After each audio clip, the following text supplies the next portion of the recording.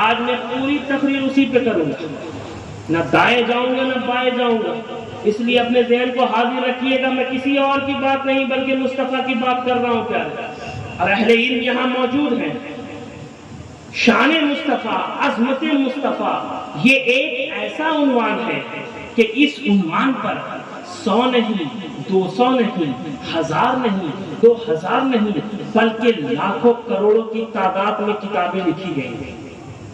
ہر لکھنے والا بہت کچھ لکھنے کے بعد بھی یہی لکھنے پر مجبور ہے، لا يمكن الثناء كما كان حقه بعد الصدا بزرگ تو ہی قصہ مختصر۔ آپ دنیا کی سیرت و سوانح اٹھا کر دیکھیں، ہر طرف دیکھیں، اتنا کچھ لکھا گیا ہے، بہت کچھ لکھا گیا ہے، لیکن خدا کی عزت کی قسم جتنا مصطفیٰ جان رحمت صلی اللہ تعالی علیہ وسلم کے بارے میں لکھا گیا ہے، کسی اور کے بارے میں نہیں لکھا گیا۔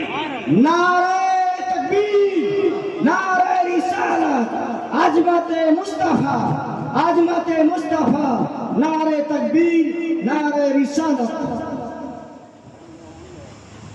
تبھی تو شہباز خطابت کہتے ہیں کہ میں ایک بندہ ہوں، صرف بندہ، میں نعت سرکار کیا لکھوں گا، خدا نہیں ہوں کہ ان کی مدحت میں 30 پارے اتار دوں گا۔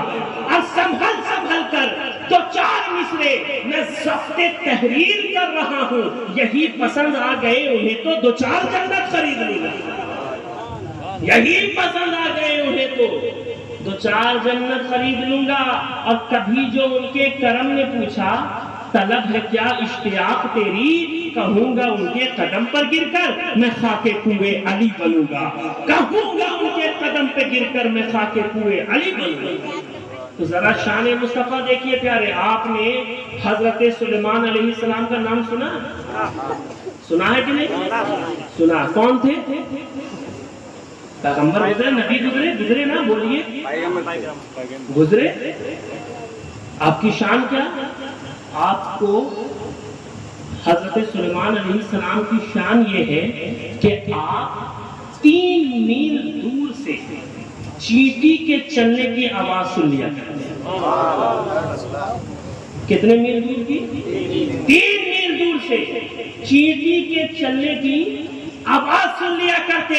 لیکن قربان جاؤ، ہم نے کیسا نبی پایا، ہم نے ایسا نبی پایا جو اپنے ماں کے شکم سے، اپنے ماں کے پیٹ سے لوح محفوظ پر چلنے والے قلم کی آواز سن لیا کرتے۔ اب اس میں آپ سے مالدہ والوں، آپ سے یہ سوال کرنا چاہتا ہوں کہ جو ماں کے شکم سے لوح محفوظ پر چلنے والے قلم کی آواز سن لیا کرتے، اگر مالدہ سے کوئی صلاۃ و سلام پڑھے اور مصطفیٰ جان رحمت مدینے سے سن لے تو اس میں حیرت کی کیا بات ہے؟ وہ سلام بھی سنا کرتے ہیں، وہ درود بھی سنا کرتے ہیں، اور اپنے غلاموں کی فریاد بھی سنا کرتے ہیں۔ بس شرط یہ ہے کہ مصطفیٰ جان رحمت کا سچا غلام ہونا چاہیے، حضور کا وفادار ہونا چاہیے، اس لیے کہ سفینہ انہی کا وہاں پار ہوگا، میرے مصطفیٰ سے جنہیں پیار ہوگا وہ گزریں گے پل سے خرامہ خرامہ، جو زلف نبی میں گرفتار ہوگا، اور چلو لے کے جلدی میرا اب جنازہ لحد میں شہیدی کا دیدار ہوگا، اور رہے گا نہ محروم بخشش کے ان کے ضیا چاہے مجھ سے گنہگار رہے گا نہ محروم بخشش سے ان کی ضیا چاہے مجھ سے گنہگار ہوگا۔ اور یہ 2 مصرے سنتے جائیے۔ الحمدللہ آپ غلامان اہل بیت ہیں، سادات کرام کا ادب کرنے والے ہیں، سادات کرام سے محبت کرنے والے ہیں، وہی پائے گا جام ہاتھوں سے ان کے۔ مصر ثانی پہ توجہ کیجئے گا، نیچے والے لائن کو غور سے سنیے گا۔ سنیوں کا یہی عقیدہ ہے، ہمارے اسلاف کا، ہمارے بزرگوں کا یہی طریقہ رہا ہے، وہی پائے گا جام، وہی پائے گا جام ہاتھوں سے ان کے، کون؟ جو آل نبی کا وفادار ہوگا، جو آل نبی کا وفادار ہوگا، سفینہ انہی کا وہاں پار ہوگا میرے مصطفیٰ سے جنہیں پیار ہوگا۔ تو میں آپ کو شان مصطفیٰ بیان کر رہا ہوں پیارے۔ آپ نے حضرت داؤد کا نام سنا ہے؟ سنا ہے کہ نہیں؟ سنا ہے؟ کون تھے؟ پیغمبر گزرے، نبی گزرے۔ حضرت داؤد کی شان کیا تھی؟ ذہن یہاں رکھیے گا اور اپنے مقدر پر گھر جا کر، یہاں تو آپ داد نہیں دے رہے، سبحان اللہ اور ماشاء اللہ کی صدائیں نہیں بلند کر رہے، جب بستر پر جائیے گا اور تھکان کا لبادہ اوڑھ کر سو جائیے گا، پھر سوچئے گا اللہ نے ہم بدکاروں پر کتنا بڑا احسان کیا کہ اپنے حبیب کا امتی بنا کر اس دنیا پر۔ حضرت داؤد خلیفۃ اللہ، آپ کا بھی بڑا بلند مقام ہے، آپ کی بھی بڑی شان ہے۔ آپ کے لیے اللہ تبارک و تعالیٰ نے لوہے کو موم کی طرح نرم کر دیا، لوہے کو موم کی طرح نرم کر دیا۔ حضرت داؤد جس طرح چاہتے لوہے کو شکل و صورت دیتے، جس طرح چاہتے گھما دیتے، لیکن قربان جائیے اللہ تعالیٰ نے اپنے حبیب کے لیے عرب کے سنگ دل لوگوں کو ریشم سے زیادہ نرم کر دیا، بلکہ آپ کے اشارے پر سنگ ریزوں نے بھی قوت گویائی پا کر لا الہ الا اللہ محمد رسول اللہ پڑھ کر خود کو شرف مسلمانی سے شرفیاب کر دیا۔ آپ علماء سے سنتے آئے ہوں گے، یہ حنظلہ صاحب بیٹھے ہیں، یہ آپ کو بیان کرتے ہوں گے۔ میرا مقصد واقعہ نگاری نہیں ہے، بس آپ کو اپنی بات سے قریب کرنا چاہتا ہوں۔ کیا ابو جہل جب سرکار کی بارگاہ میں اپنی مٹھی میں کنکری لے کر گیا، کیا لے کر گیا؟ کنکری لے کر گیا، اور اس نے کہا اے محمد بن عبداللہ، اگر تم خدا کے سچے رسول ہو، پیغمبر ہو، نبی ہو، تو بتاؤ میری مٹھی میں کیا ہے۔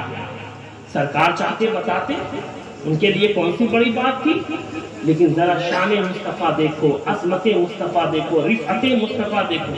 سرکار نے فرمایا میں بتاؤں یا جو تیری مٹھی میں ہے وہ خود بتا دے۔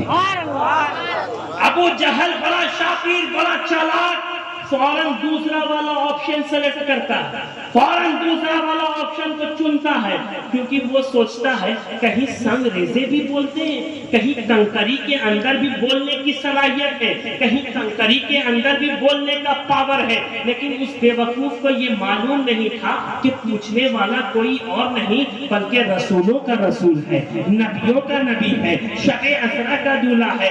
الغرض جیسے ہی سرکار نے حکم دیا سنگ ریزے بھی بول پڑے، میں آپ کو جہاں پہنچانا چاہتا ہوں آپ میرے ساتھ ساتھ وہاں چلیے گا۔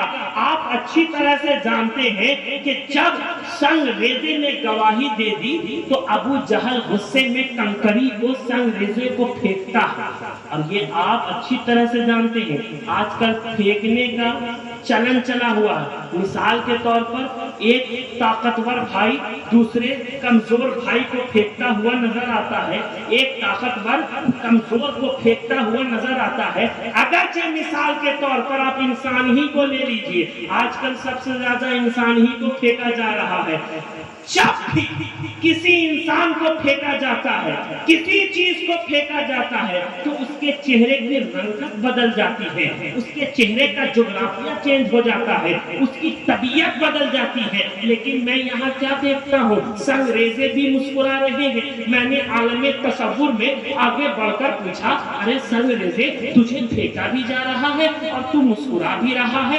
جواب آیا احرار تم دیکھتے نہیں ہو کہ ابو جہل نے پھینکا تو کہاں پھینکا؟ مصطفیٰ جانے رحمت کے قدموں میں پھینکا، جہاں پہنچنے کے لیے ہر عاشق رسول خواہش کرتا ہے۔ ہر عاشق رسول کی یہی تمنا ہے کہ کاش سرکار دو عالم صلی اللہ تعالی علیہ وسلم کے قدم ناز تک رسائی ہو جائے، کاش ان کے نالین مبارک کا بوسہ لینے کا شرف حاصل ہو جائے۔ تبھی تو شاعر کہتا ہے کہ موت پر میری شہیدوں کو بھی رشک آئے گا، اپنے قدموں سے لپٹ کر مجھے مر جانے۔ نعرہ تکبیر، نعرہ رسالت، کرامت مصطفیٰ، نعرہ تکبیر، نعرہ رسالت۔ موت پر میری شہیدوں کو بھی رشک آئے گا، اپنے قدموں سے لپٹ کر مجھے مر جانے دے۔ اور خواہش ذات بہت ساتھ دیا ہے تیرا، اب جدھر میرے محمد ہے ادھر جانے دے۔